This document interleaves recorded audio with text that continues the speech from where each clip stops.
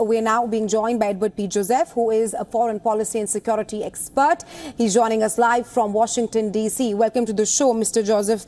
An unfortunate incident on the former U.S. President Donald Trump. The last time that we witnessed such an attack take place was in 2011 on Barack Obama. My question to you is, talk to us about the impact of the assassination attempt on Trump, and which comes a few months before the U.S. presidential polls, and perhaps what are its implications both for Trump and Biden? Yeah, it's quite a serious incident. I would say more than unfortunate. It's quite serious, obviously, for President Trump himself, and of course for the United States and for the political system, which is already highly charged. And this will only charge the atmosphere further in this highly polarized election season. So first of all, we have to say that we hope that former President Trump recovers fully from what is clearly now an assassination attempt. And we have to mourn the fact that there were fatalities at this incident in Butler, Pennsylvania, that at least one, apparently one innocent attendee, a bystander, was apparently killed along with the suspect shooter. So it's indeed quite serious. And then, of course, we have to reflect on the fact that Democrats, led by current President Biden, have swiftly condemned this assassination attempt and said that political violence has no place in our system. And President Biden has been echoed by Democrats up and down, including the governor of Pennsylvania, a Democrat, Josh Shapiro, also condemning uniformly Democrats. And President Biden has expressed his concern, and again, echoed by Democrats, for the welfare of former President Trump and his hope that he gets a full and speedy recovery. And there are some reports that President Biden has already spoken with former President Trump, and this itself would be significant and a step towards keeping the atmosphere from getting too charged. So that's where we are now. In terms of the implications for each candidate, they're starkly different. For former President Trump, as is the case, typically in such assassination attempts, very logically, very naturally, sympathy goes to the victim here.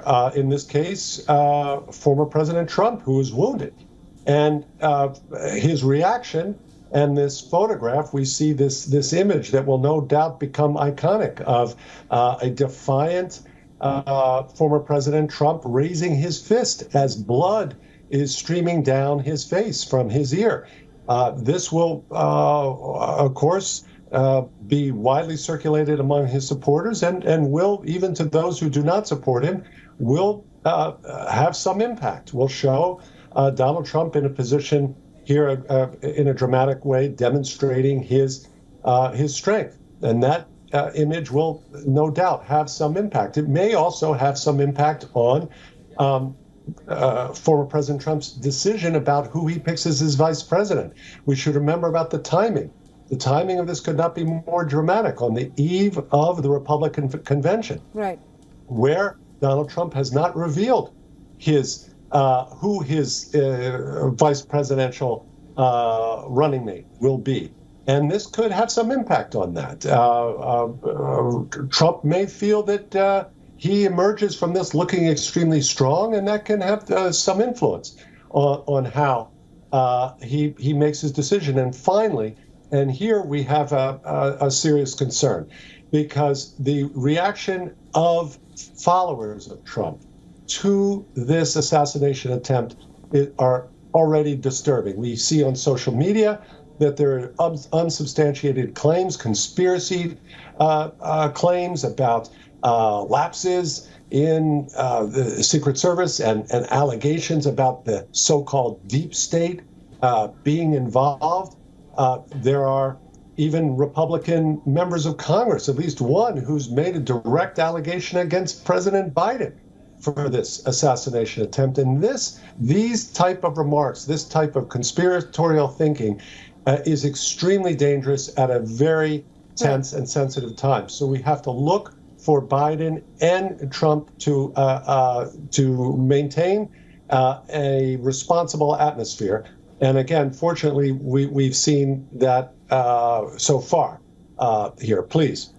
Right, Mr. Joseph, you're also a security expert. There has been no clear security plans for the Republican National Convention, which will take place tomorrow. Talk to us about the impact of shooting on that and possibly the kind of security measures that was given to Trump by the security service, and perhaps how possibly was a weapon or firearm allowed to a rally with such high security? Well, here, it's very important to say this. We have to be very careful about speculating about any type of so-called security lapses here. What the job of law enforcement, now led by the Secret Service, but assisted by the FBI, and of course the Bureau of Alcohol, Tobacco, and Firearms, plus the state police there in Pennsylvania, is to get the facts and to get the facts out. And here, media have a very important role to be responsible about this and to not feed and traffic in rumor about so-called lapses and various speculation that can feed what we already see, these irresponsible allegations in social media. So that's very important. Obviously, when the name, the identity of the alleged shooter is released, that will be quite revealing. We'll know something about who was this individual. The journalists will be able to search his own social media postings to see who this person was, what the background was. But it's very important in an era where people traffic in these conspiracy theories and where this concept of the deep state is a part, a core belief of a number of followers of President Trump. We have to be extremely careful and responsible in discussing that. With respect to the Republican convention, there was already going to be high security. In this case, the very limited information that we have is that this shooter was apparently using a powerful long arm, potentially a AR-15, that has quite a significant range and may not have even been inside the rally itself. But again, that's early information. But if he was perched somewhere else, well, then, okay, he was not checked or screened for a weapon, which would go to some measure to explain that initial question about how could someone with a weapon approach. Maybe he didn't approach at all. But again, these facts, we should wait and allow law enforcement to get these facts out. But let me quickly pivot here to the implications for President Biden, which are very different from the implications for former President Trump. Again, whose recovery hopefully will be full and swift. But for President Biden, he's already under tremendous pressure among Democrats to step out of the race. And for President Biden to counteract these demands, he has gone on the offensive. He's had rallies in both Wisconsin and then just the other night, Friday night, in Michigan, where he has gone on the offensive. Why? He's gone on the offensive to show that he has the vigor, the stamina to run against and to defeat Donald Trump in the election. And secondly, he's done this so that he can demonstrate to the Democrats who are calling for him to leave that he can make the campaign about Donald Trump and the threat that Donald Trump poses for democracy, and not about Biden and his own deficiencies. And now this assassination attempt complicates that. President Biden has already pulled back, his campaign has pulled back his advertising, and he's going to have to pull back on, at least in the short run, on some of these punches, pull back on his punches, on his attacks on President Trump. And instead, we've seen an indication that President Biden will try, it appears, to present the importance of having a unifier, of unifying the country, someone who can bring the country together as opposed to dividing it. Please.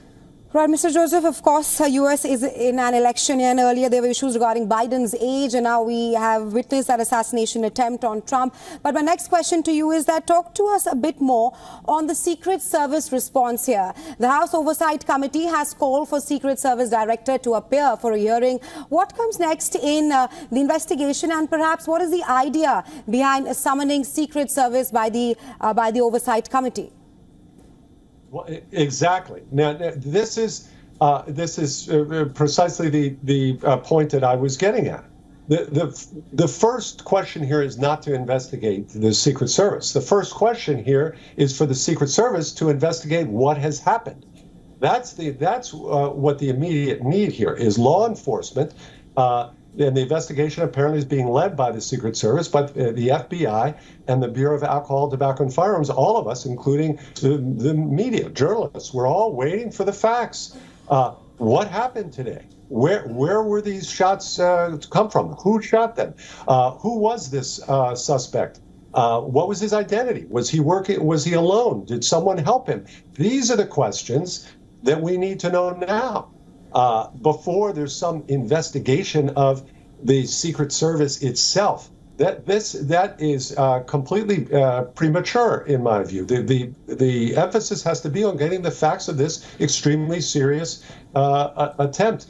And again, I point out the wider political risks here. This comes at a time of a charged political atmosphere in which the suspicion about this so-called deep state is part of the core beliefs of a number of followers of President Trump. So the emphasis here should be on responsible Republicans and responsible Democrats calling and allowing law enforcement to conduct its activities free from immediate questions about investigations and lapses. Let's first allow them to do their jobs, present the facts, and then hold them accountable, as of course all government agencies and officials should be held accountable. But that's not the first point here, is about to raise suspicions immediately. No, the first question is for law enforcement to share as transparently as it can the facts of what actually happened in this very serious assassination attempt on former President Trump today, please. Right. Thank you, Mr. Joseph, for taking our time and joining us on the show. You're welcome.